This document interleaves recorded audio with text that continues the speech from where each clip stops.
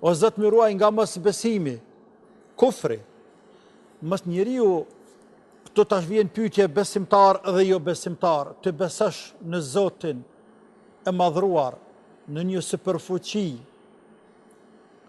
një fuqi të madhe të pakufishme, quaje se të dush,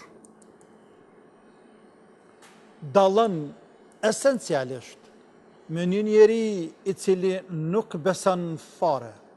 Në veçantin në trojet e Ballkanit, në përgjithësi dhe një pjesë e madhe e botës, e kemi përjetuar për një kohë, diku gjysmë shekulli, diku edhe më shumë, një sistem të plot, shtetëror, i cili ka ftuar dhe ka thirrur 24 orë në diçka që quhet mosbesim.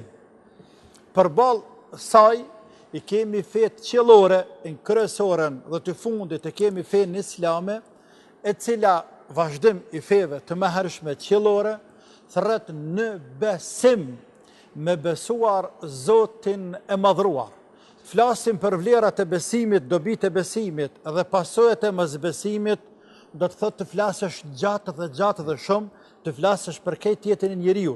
Nëse më lejohet me zbërthye në pika shumë të shkurtra, do të kisha cekur një ngjarje, një tregim që e përmbledhi një shok i pejgamberit Zotit, shok i tij, Gjafer bin Ebi Talib, Gjaferi i biri Ebu Talibit, djali agjes i profetit Muhammed a.s.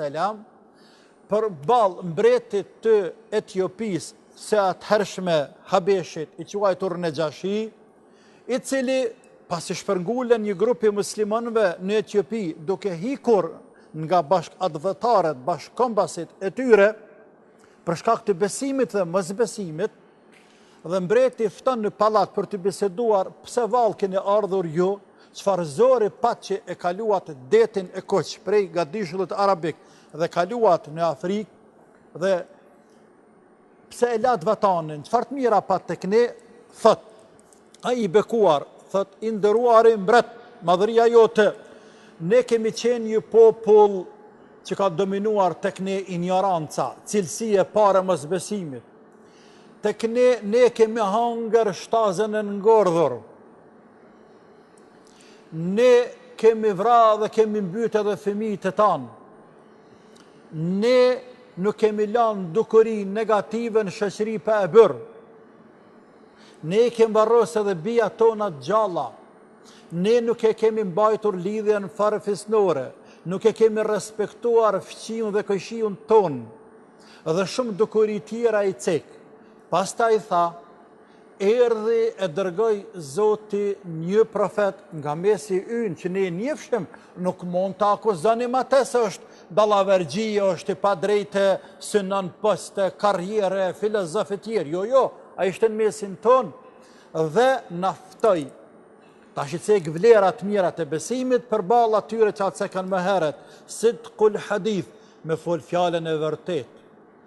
Fjallë e vërtet, me fol hakun, me fol të vërtetën para kujt do qoftë këtë dynja, me fol të vërtetën, me ndihmua të varfërve, me kujdes për jetimin, me kujdesur për fëqiun, për kojshin, me kujdesur për fukarat, me respektuar prindin, me ndihmu njerëzve dhe me adhuruar Allahun Azza wa Jall. Edhe populli ynë, krerët tanë, na luftuan mu për këtë parim. Pra, me këtë hadith, apo me këtë tregim, sikurse po dënë mi përmbledh vlerat kryesore që ka besimi, duke i cekur edhe përballë kësaj në vlerat të cilat, apo pasojat anësore, efektet anësore të cilat i ka mosbesimi.